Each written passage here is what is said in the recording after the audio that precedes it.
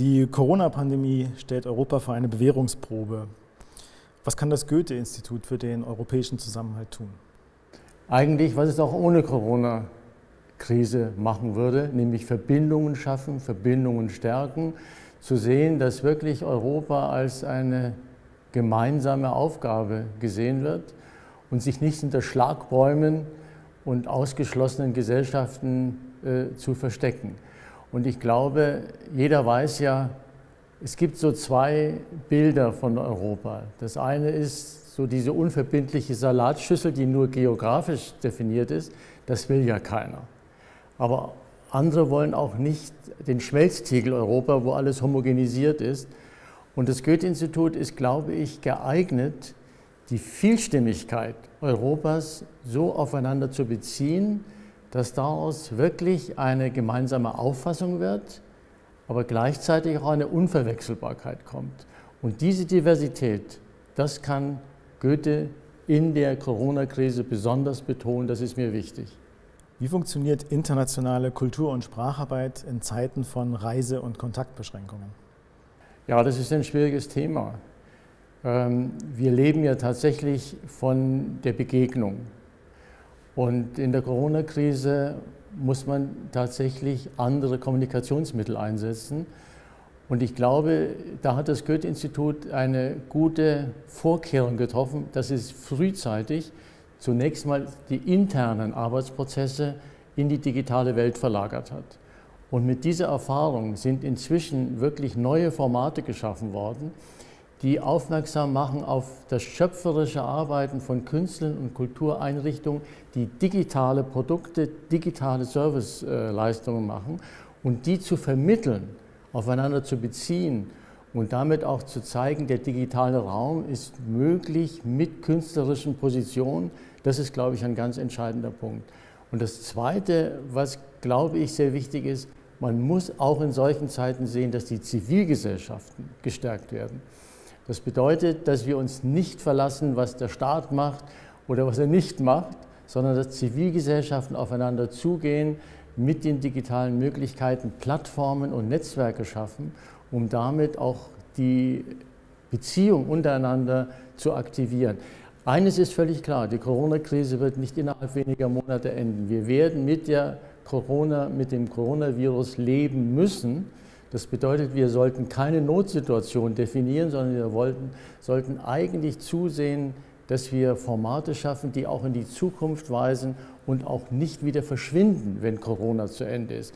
Also wirklich Substanz schaffen. Das Goethe-Institut hat mit Digitalformaten auf die Krise reagiert. Welche Möglichkeiten bieten solche Formate für eine Zeit nach Corona? Also was wir wirklich gut erfahren haben, ist ein Format, das ich wirklich grandios finde, das ist Latitude. Das war ein Gesellschaftsthema, was eigentlich gar nicht zu bewältigen gewesen wäre, wenn wir es nicht erfunden hätten. Das war ein Festival und ein Performance-Format, ein Konferenzformat, das ging über Rassismus, über Kolonialismus, über Zusammenleben, über Diversität, über Antisemitismus, also alle diese gesellschaftlichen Themen, die fast immer nur von europäischen Intellektuellen belegt worden sind. Und was wir geleistet haben, und das finde ich so bedeutend, ist, wir haben diejenigen gehört, die es auch betrifft. Die haben sich geäußert zu diesen Themen und haben das gebündelt in die deutsche Gesellschaft getragen. Das bedeutet, wenn wir eine offene Gesellschaft sein wollen, dann müssen wir diese Stimmen kennen und uns mit denen auseinandersetzen. Das ist ein Thema. Das andere, was ich großartig fand, ist das Kulturama. Das ist im Grunde ein Weltkunstkalender über digitale Auftritte von Künstlern und Kulturakteuren. Das bedeutet, wir können die Informationen geben, die notwendig sind, um in der Welt auf die Ereignisse aufmerksam zu machen, teilzunehmen und uns mit denen auszutauschen. Also Sie merken, im Grunde ist der ganze Ansatz immer Verbindungen schaffen, Begegnungen ermöglichen, auch in der digitalen Welt. Und ich glaube, das wird überdauern. Die Corona-Krise bedroht viele Kultureinrichtungen in ihrer Existenz. Wie kann das Goethe-Institut den internationalen Kulturaustausch sichern? Also wir sind ja partnerschaftlich angelegt. Das bedeutet, wir exportieren nicht Kultur und stellen die aus, sondern wir gehen immer Partnerschaften ein. Und was im Moment passiert ist, diese Strukturen in Indien, in Südamerika, in Ostasien brechen weg. Und wenn die wegbrechen, brechen uns die Partner weg. Denn ohne eine Nachhaltigkeit in der Struktur ist auch das größte Engagement verloren. Und damit gehen uns die Partner verloren. Und deshalb haben wir jetzt gemeinsam mit dem Auswärtigen Amt und einer Reihe von deutschen Stiftungen einen Hilfsfonds aufgelegt, der nicht jetzt projektbezogen arbeitet, sondern strukturbasiert fördert.